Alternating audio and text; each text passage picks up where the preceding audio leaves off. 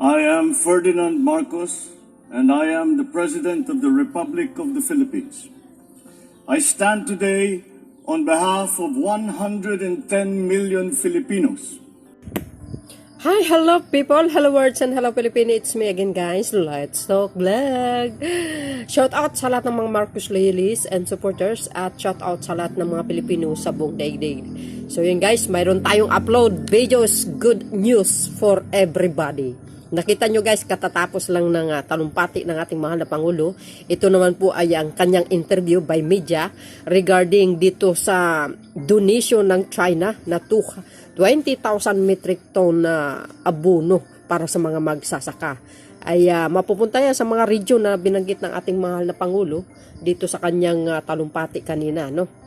So ito yung interview na tinatanong kung saan mapunta itong mga fertilizer na ito, sinagot ng Pangulo. So yun guys, no? At para mapakinggan nyo kung saan talaga pupunta itong mga abono na ito,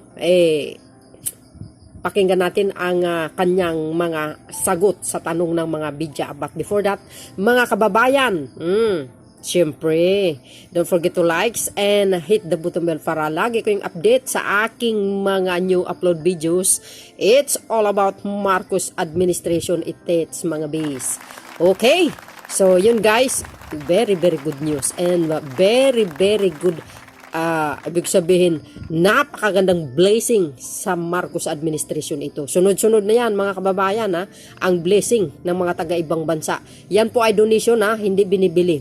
So yun guys, maraming salamat sa inyo and see you again on my next live and videos. Bye! Babush! Good morning, Mr. President. Good morning. Our Magandang first umaga question- sa inyo. Our first question will come from Ms. Tuesday New of DCWB. Good morning, Mr. President. Good morning. Opo. Sir, una sa lahat, saan pong mga lugar sa bansa mapupunta itong donasyong urea ng China? And may condition po ba o qualifications para maging beneficiaryo nitong urea fertilizer? Papasok ito doon sa ating sistema ng voucher na binibigay natin sa pagtulong sa ating mga magsasaka. Ito, para hindi magtaas ang presyo, hindi maging mas mahal, we are hindi naman in-isolate natin. Inuna na muna natin dito sa Luzon. So, i-distribute ito sa Luzon through the voucher system that we already have. So, isasama na lang natin itong supply ng fertilizer na ito at para lahat ng pagka nabigyan ang bawat farmer, magbigyan sila ng kanilang voucher, kasama na ito doon sa kanilang kukunin. Opo. Follow up lang, ma'am, isa pa. May napipisil na po ba kayo na maging kalihim ng Department of Agriculture? Yun na lang po yung natitirang bakante na wala tayong leader. Marami, tinatanong ko sa kanila lahat. Kaya inaantay ko mag-volunteer sila mag-secretary. Ayaw kong palisin So hanggat matapos, well, we have, the truth of the matter is that we have really managed to make some very important structural changes in the Department of Agriculture.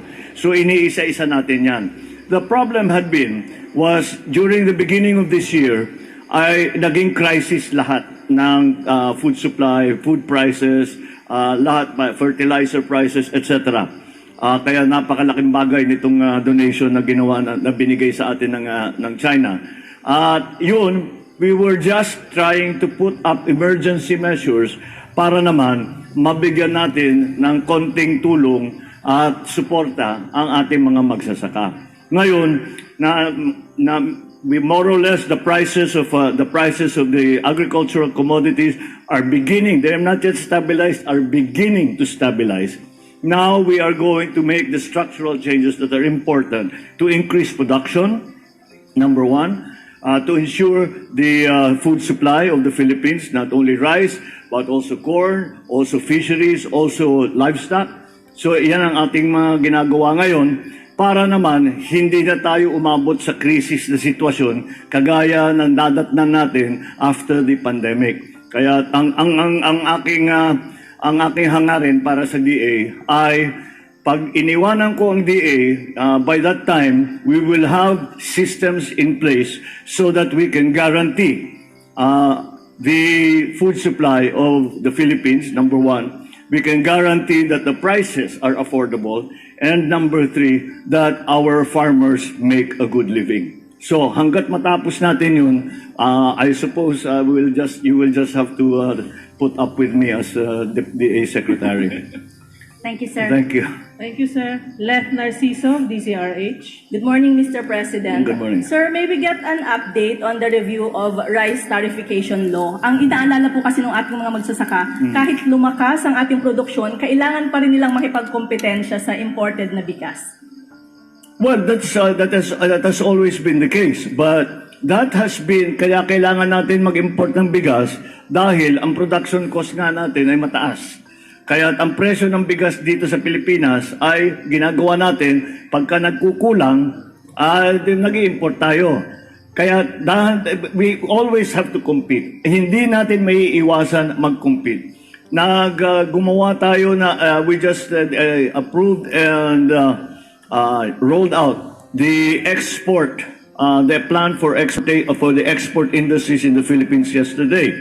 And that is something that we really have to be able to take advantage of. Kasi sinasabi natin may RCEP, sinasabi natin may ASEAN, meron tayo mga free trade agreements.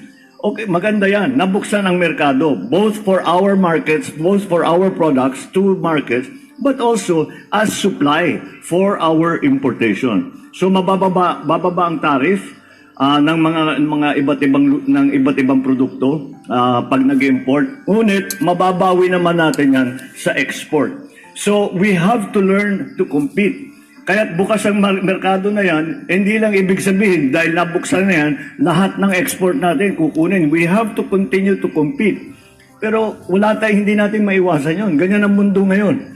We are a global economy and we have to compete in the global economy, and that is why our agriculture has to be brought to a level where we can say it is world-class and can compete with all the agricultural producers around the world, especially in our region. Thank you, Mr. President. Ms. Wang Shengsheng of CCTV. Morning, Mr. President. Good morning. I would like to know from you, so what's your expectation about the agriculture cooperation between China and the Philippines? It's very, very promising. As I mentioned in my remarks during the program, it turns out that the priority that we put here in the Philippines on agriculture, the Chinese government, as it was explained to me by President Xi when I went to visit him last January, was the same. That their outlook, that their priorities are the same. That there is food supply, that there is affordable food supply, that the farmers are attended to and make a good living, and to solidify and strengthen our agricultural communities. So we can learn from one another in many, many ways. And I think that that has been an ongoing process for a long time now. Not just now because of the food crisis that we're feeling around the world, but also because we have very similar priorities when it comes to agriculture. So I'm very optimistic. I had a follow-up. The question I supposed to ask yesterday, but when the earthquake happened, so it's cut off. So I would like to know from you, how do you looking forward the economy, trade, and investment prospects between China and the Philippines, especially after the RCEP took effect? I think again, since the RCEP has now taken effect, it's clear that the volumes should increase, and so we look again. I am very optimistic that the trade between our two countries, China and the Philippines, not only in agriculture but in other aspects as well, I cannot see it lessening. I can only see it growing. Thank you, Mr. President. Good morning. Thank you, Malacanang Press Corps. Thank you po. Thank you. Maraming salamat. Magandang umaga sa